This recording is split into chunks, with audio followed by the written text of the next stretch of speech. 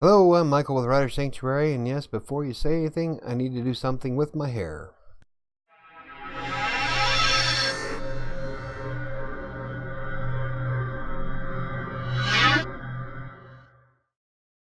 So last week was an incredible rough one on me.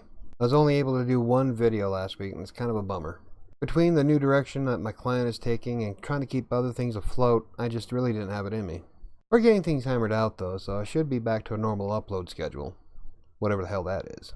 That is, until he decides that he wants to change what he's doing. This means far more work, but it also might include far more pay. However, I'm pretty sure I can keep up with everything as long as I keep to my regular schedule, which means fewer breaks and putting in far greater focus in what I'm doing. Sometimes I start to feel like I'm getting overwhelmed, but then I realize just how much time I waste throughout the day. So if I can keep focused and stop myself from getting sidetracked, everything will fall into place. I want to keep working on 7 this week. I reserved myself into finishing my greatest novella in Wattpad to date, and that's the story of 7. I'll at least continue working on it anyway. But my friend brought up an interesting point though over the weekend, and it was something I already kind of knew. I have a hard time finishing projects, whether they're writing or just making modules in Neverwinter. Well, I can start all these projects just fine, and I put a great deal of energy into the beginning of it. But when I get to a certain point, I tend to petter out and start thinking to myself, I could do it better. I'm like this with most video games too. For instance, I've put in over 300 hours in Fallout 4 and have yet to come halfway through the game. That's because I keep restarting thinking I can do this better or I wanted to explore this area first. What I need to do is follow through with something and actually finish it. I've always been this way though, if you think about it. Do you have any idea how many stories I've started and then stopped or thrown away because I either thought they sucked or that I really didn't have interest in them? Some of them were actually pretty good. But if I want to be successful in the projects that I'm working on, I've got to stay focused and I've got to finish something. I need to change my mindset. 7 is a prime example of this. I've been working on that story since 2016. I am 1 chapter away from finishing it and keeping it as a finished product on Wattpad. But instead of finishing it, I come up with ideas for the next projects that I want to work on and start hammering out their timelines instead of finishing 7. So this is part of why it's so important for me to finish 7 and get it done. I need to finish at least something in my life. But one of the issues I've been having as of late is feeling overwhelmed. But not because of the projects that I want to do and all the different things I have spinning at the moment. I'm feeling overwhelmed because of all the things I wanted to do that I either put on the back burner or didn't do completely at all. I feel like it's putting myself farther behind where I wanted to be. For instance, I wanted to have the details about my podcast done by the beginning of January. I haven't even started on that yet. I did a little bit of research, but that's about it. Then I get bummed out because I'm losing momentum and all the blogs and how much they were making on AdSense, and now it's starting to slip. I also wanted to have something of my own published last year. So it's all the past stuff that's getting me overwhelmed. I feel like I'm losing out and I'm missing something and that I'm just wasting my day. Instead, what I need to do is focus on 1 day at a time. Stop fretting over the things that I haven't done and just focus on what I can do today. In other words, I need to pull my head out of my ass and do what needs to be done. I often daydream about how cool it'd be to just work on my blogs all day long and produce these videos without having to worry about clients. But none of those dreams are going to come to fruition if I don't do anything about it. So I need to start putting more focus on today, not yesterday. So recently I purchased the year membership of VidIQ. If you don't know what VidIQ is, it's a platform that people use on YouTube to get some data and analytics regarding different channels on YouTube. Essentially, it's supposed to help you improve your videos. And thanks to the amount of money my AdSense produced from the blogs, I was able to pay for a whole year in advance. And there's a lot of data in VidIQ that I kind of like, so I'm really looking forward to seeing if the tool helps me improve my videos or not. For instance, I like being able to see what videos produce the most subscribers. And although my channel is quite small, it's still something to go on anyway. I just need to figure out some better videos regarding the content of freelance writing.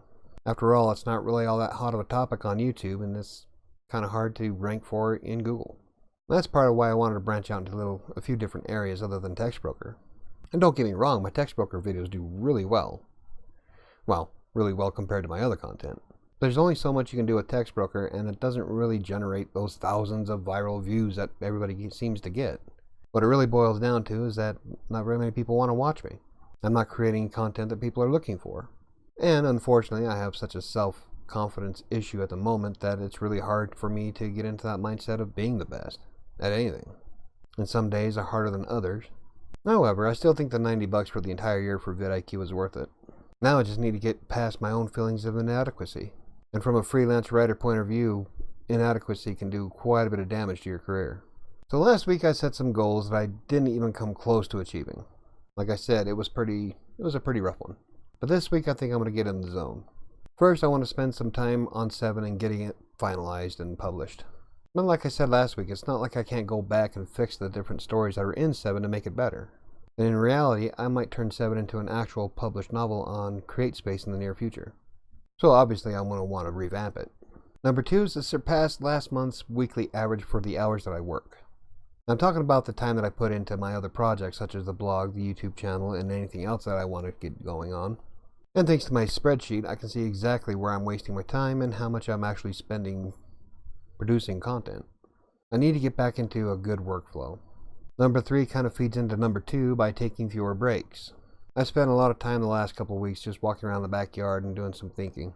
Usually I spend it thinking about where I want to be and why I'm not there yet. So it turns out to be a little bit of a pity party between me and the dog and the cat. But in reality, I'm not really putting a lot of effort into the things I want to do.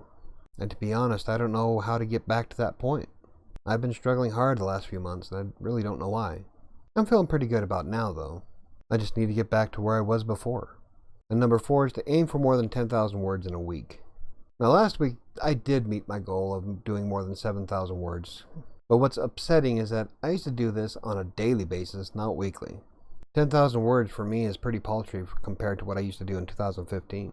Even 2016 and 2017. I know I can do more, I just need to get back into the groove. I just don't know why the hell I can't do it now. It gets frustrating that I can't focus on writing. I still get wrapped up in just doing enough to make sure that my bills are paid.